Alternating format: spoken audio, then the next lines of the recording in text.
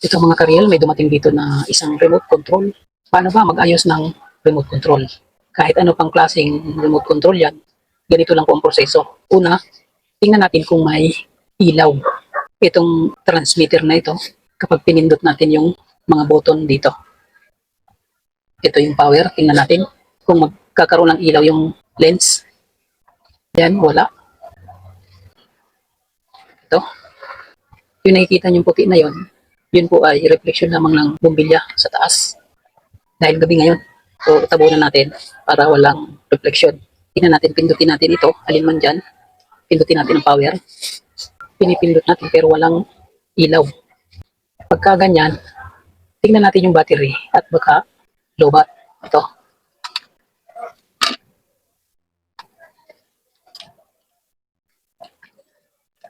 Gamitan natin ng tester. Ilagay sa DC voltmeter. Ito. Ilagay natin sa 12. Yan. Ito yung negative. Ito yung positive. Okay, may voltahe po na nasusukat. At normal po yan. Yan. Okay. Malakas po ang charge bago yung battery. Subukan natin yung isa. Ito. Meron din. Meron. Ibig sabihin, good yung battery. Bakit hindi na ilaw ang lens? Dapat po ay umiilaw yung lens na yan. So, isa pa pong pamamaraan para ma-check natin ang remote control. Tignan natin kung buo yung board niya. Gamit po tayo ng tester. Dapat po yung tester natin ay nakaset sa times 100. Ito po i-range ng ohmmeter. I-calibrate natin. Nakatapat na sa 0. Gumagana ang tester sa times 100. Pansinin yung terminal ng remote control. Ito po yung spring ay para sa negative terminal ng battery. At ito naman ay para sa positive terminal ng battery. Diyan po natin ikakabit itong test tube, positive, negative. Yung positive, dito natin ilalagay sa negative terminal ng remote. Ayan. Tapos itong negative test probe, ikakabit sa positive terminal ng remote control. Ayan. Napansin nyo na nakakabit na sa positive negative terminal ang test tube. Pipindot po tayo ngayon dito. Alinman sa mga button ng remote control, subukan natin yung power. Dapat po ay gumalaw yung meter pointer. Ito. Yun. Gumagalaw. Ibig sabihin, buo po yung board ng remote control.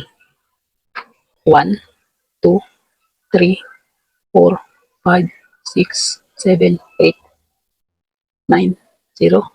Gumagana po lahat ng button. Yan o, kahit anong pindutin natin, gumagalaw po yung meter pointer. Ibig sabihin po kapag ganyan ay buo po yung pinaka-board ng remote control. Ang tanong ay bakit hindi ito gumagana?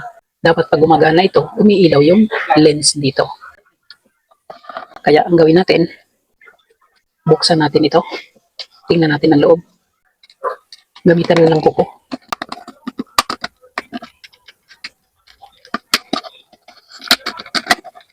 Ito. Obserbahan yung keypad. Tuyo naman. Walang problema dyan. Tapos itong board. Ayan. Hindi naman basa. At wala rin langis-langis. Mapapansin niyo na IC lang yung nakakabit dito at saka lens. Ito. Sa IC, maganda ang kabit. Dahil wala nga problema ang board base sa tester na ginamit natin.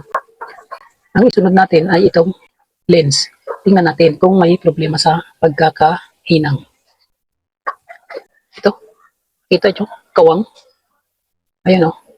Gumagalaw yung isang terminal na yon. Subukan natin i-resolder po yan. Kutkutin lang natin yung gilid para lumabas yung copper. Ganun din sa kabila. Ayun, napansin nyo na nakutkot na natin ang mga gilid. Pwede na po natin hinangin.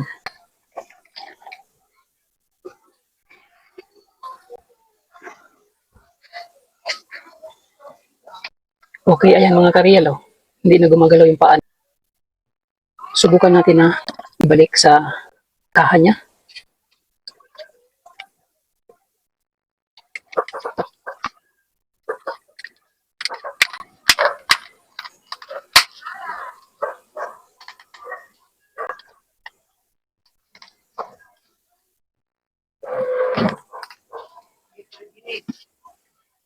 ilagay natin yung battery. Yan. Tapos subukan natin pindutin itong power. Tingnan natin kung magkakaroon ng ilaw. Ayun. Nakikita nyo? Yun, may umiilaw doon sa gitna. Ayun. Ito. Oh. Yun. Pindutin natin yung mga numbers. Ayun. 1, 2, 3, 4, 5, 6, 7, 8, 9, 0. At saka yung iba pa. Ito. Yan, meron siya dito sa baba. Yun. Pagka ganyan na umiilaw na po yung LEDs niya, ibig sabihin ay gumagana na po ito. Ganun lang po ang pag-repair ng remote control. Kahit anong klaseng remote control yan. Good na po ito.